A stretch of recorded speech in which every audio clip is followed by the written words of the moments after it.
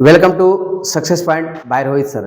जैसे कि बच्चों जानते हैं कि आपका जेटेट पर मैंने पहला एक वीडियो बनाया था जो आप लोग ने काफी पसंद किया और उसी के लिए आज मैं दूसरा वीडियो लेकर आया हूं। तो कुछ बच्चों का डिमांड था कि सर आप सिलेबस तो बताएं बट उस सिलेबस को आप थोड़ा डिटेल बताइए।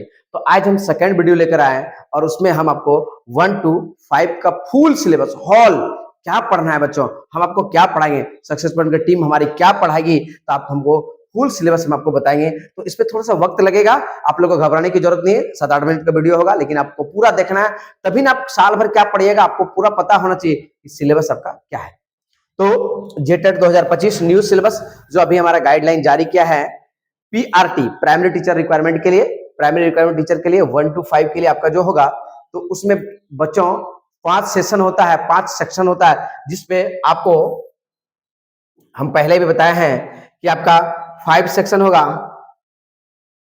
5 सेक्शन होगा, यानी कि 5 चीज आपको होगा। 5 चीज में आपको पहला होगा CDP child development and pedagogy, जिससे आपका 30 क्वेश्चन होगा बच्चों। दूसरा सेक्शन होगा आपका मैथ्स, मैथ में आपका 30 मार्क 30 क्वेश्चन होगा। EVS इन्वायरमेंट साइंस, इससे भी आपका 30 होगा। और दो जो सेक्शन होगा बच्चों वो आपका भाषा होगा, लैंग्वेज, लैंग्वेज फर्स्ट, जिसमें आप हिंदी रख सकते हैं। हिंदी में भी आपका हिंदी और एक इंग्लिश या तो संस्कृत या एक और कोई भाषा, 4 में से कोई एक रख सकते हैं आप। तो यहां भी आपका 30 नंबर का। सेकेंड जो होगा बच्चों लैंग्वेज 2, जो कि आपका जनजातीय भाषा होगा, जिस पर कि आपको 30 नंबर आएगा। यानी कि आप खोरठा ले सकते हैं या नागपुरी ले सकते हैं, पंच परगना ले सकते हैं, या आपको जो अपने क्षेत्रीय भाषा में आपका है वो ले सकते हैं। यहां पर आपको 30 इसमें आएगा, तो टोटल 150 क्वेश्चन रहेगा और 150 मिनट का टाइम, यानी कि 2.5 आवर का टाइम होगा।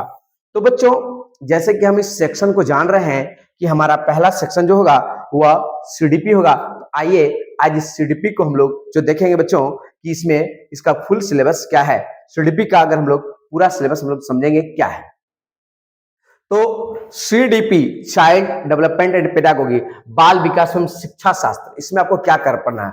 अवधारणाएं, मतलब जो हमारा शिक्षा शास्त्री थे, जो जीन पियाजे साहब, हम लोग गोल्डफ्रेड साहब, यानी कि हम लोग जितना भी शिक्षा शास्त्री थे वो क्या क्या अवधारणाएं दिया है।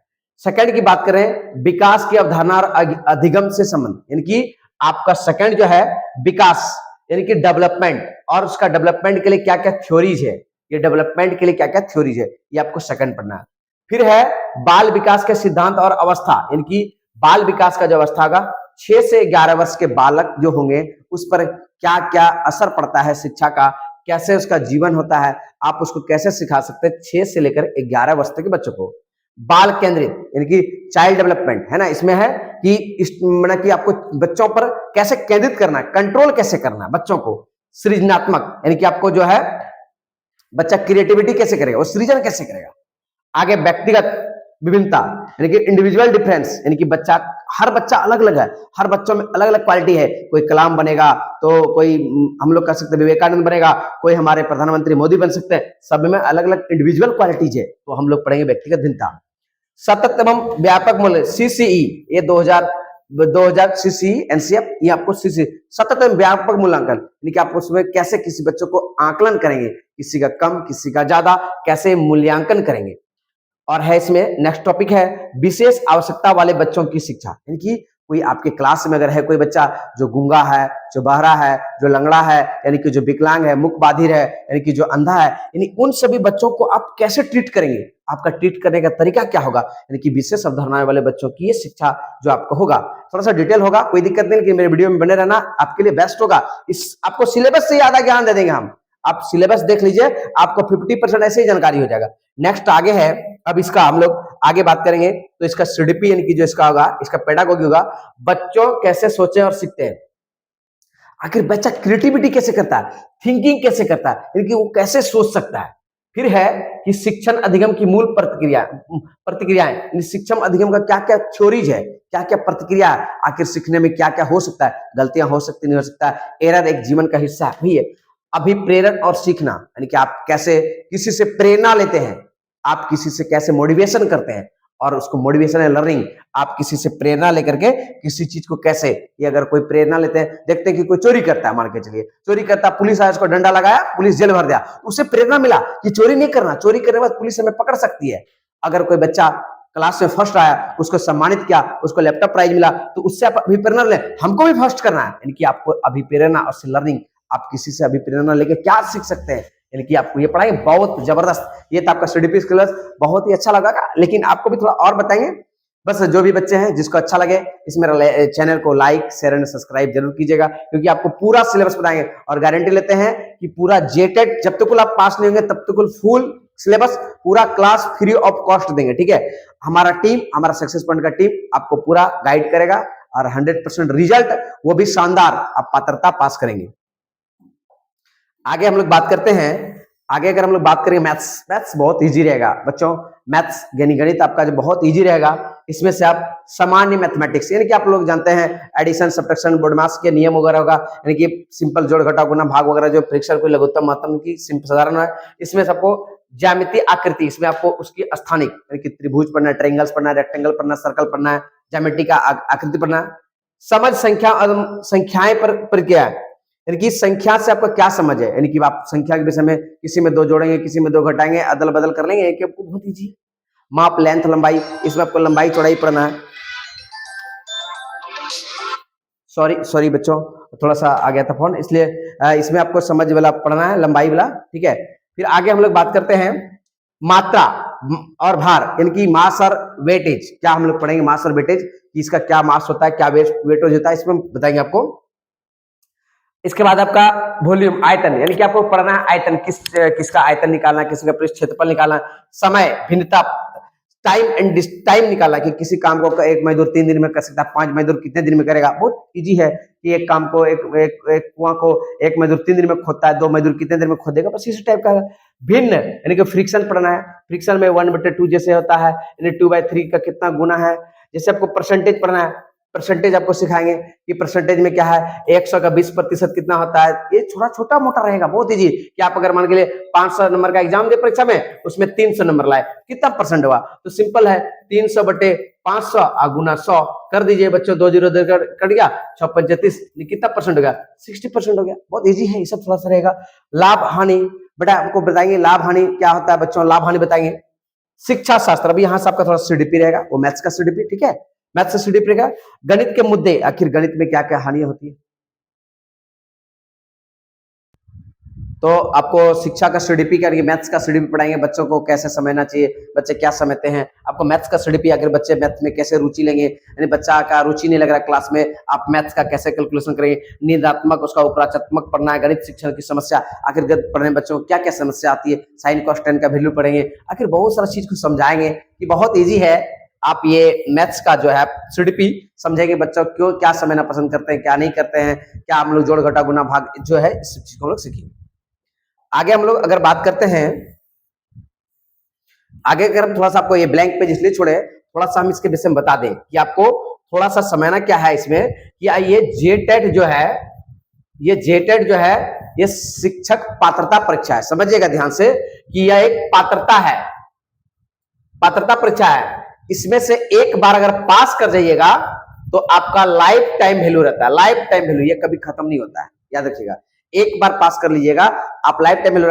वह बच्चा जो या तो बीएड या तो डीएलएड अपेयरिंग है या तो आप पास आउट हैं, आप इसको आराम से भर सकते हैं। आप कहीं से एक बार पास कर लीजिए, आपको लाइफ टाइम वैल्यू रहेगा। यानी कि आपको फिर पहले बताएं कि 150 क्वेश्चन होगा, 150 मिनट का टाइम होगा, सारा एमसीक्यू बेस होगा, कोई भी नेगेटिव मार्किंग नहीं होगा, याद रखिएगा नेगेटिव मार्किंग नहीं होगा। आपको 150 में 150 को टिक करना है, याद रखिएगा। कोई भी नेगेटिव मार्क एक बार पास कीजिएगा लाइफ टाइम वैल्यू रहेगा, ठीक है। लेकिन हाँ कोशिश कीजिएगा आपको ज्यादा नंबर लाना है। अगर 150 है ना तो आपको, अगर जनरल कैटेगरी से हैं, जनरल से हैं तो आपको 90 नंबर लाना है। अगर ओबीसी है तो आपको 55 इसका 55% यानी कि 82 नंबर लाना है, ठीक है। तो 82 नंबर लाना है। तो अगर हम पढ़ाएंगे, मेरे चैनल पे बने रहेंगे, तो गारंटी है कि आपका सभी बच्चों का 120 प्लस रहेगा, 120 से अधिक रहेगा। हमारा टीम ऐसा कंटेंट देगा, ऐसा आपको मटेरियल देगा कि उसी से क्वेश्चन आएगा हूबहू। आगे हम थोड़ा सा बात करते हैं पर्यावरण, ईवीएस। बच्चों इसमें ईवीएस में समझेंगे सामान्य पर्यावरण। सामान्य पर्यावरण हमारा पढ़ेंगे परिवार और पड़ोस। आपका परिवार कहाँ रहता है, आपके आसपास पड़ोस में क्या है, आप समाज में कैसे नाला है, कैसे घर द्वार है, पढ़ना। फिर भोजन, पौधे और जंतुओं से प्राप्त भोजन, यानी कि हम लोग किससे प्राप्त करते हैं भोजन, जो हम लोग खाते हैं पौधे से और जंतु से। पौधे से क्या खाते हैं, धान गेहूं चावल आटा जो खा रहे हैं पौधा से मिलता है। मांस मछली मुर्गा अंडा आपको कहाँ से मिलता है, जंतु से मिलता है। तो आपको ये पढ़ना है भोजन पकाना और भोजन करना। तो आप बच्चों भोजन कैसे पकाते हैं, भोजन को कैसे करते हैं, सबका अलग अलग करने का तरीका, सबका अलग अलग पकाने का तरीका है। जंतुओं पोषण के आहार आवास, अब इसमें समझाएंगे कि जंतुओं और पशुओं के आहार आवास, इनकी जंतु और पशु जो है क्या क्या आहार करते हैं, उसका आवास स्थान कहाँ है, और उसके प्रकार। गृह सज्जा मैंने घर को हम लोग कैसे सजाएंगे, सफाई घर का कैसे करेंगे, परिवार के साथ कैसे मिलकर रहेंगे, ठीक है। इन सारी चीजों को हम लोग समझेंगे, ठीक है। घरेलू जीव जंतु यानी कि घर में रहने वाले डोमेस्टिक एनिमल हम लोग पढ़े हैं, जैसे गाय बकरी भैंस, ये सब के विषय में पढ़ेंगे।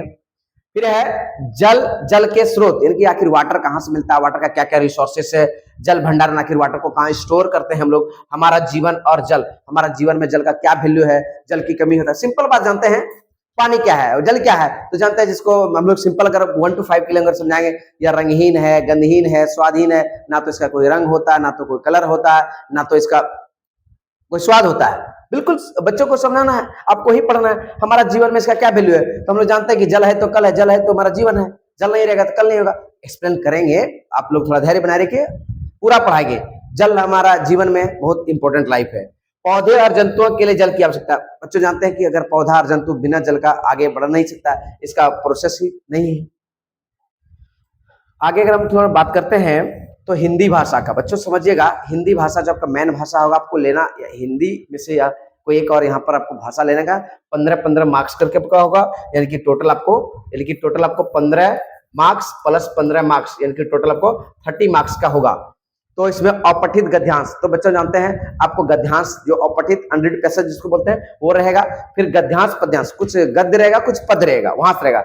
और व्याकरण तो ये चुटकियों में आपको बताएंगे कि व्याकरण का सबसे इजी टॉपिक रहेगा। मान के लिए 7-8 क्वेश्चन रहेगा। संज्ञा है, सर्वनाम है, विशेषण है, लिंग है, वचन है, कारक है, काल है, पर्यायवाची है, मुहावरा है, लोकोक्ति है, संधि समास। ये एक वीडियो ऐसा बनाएंगे पूरा का पूरा आपको व्याकरण डाल देंगे पीपीटी बना करके। एक बार 2 घंटे का वीडियो देखिए पूरा।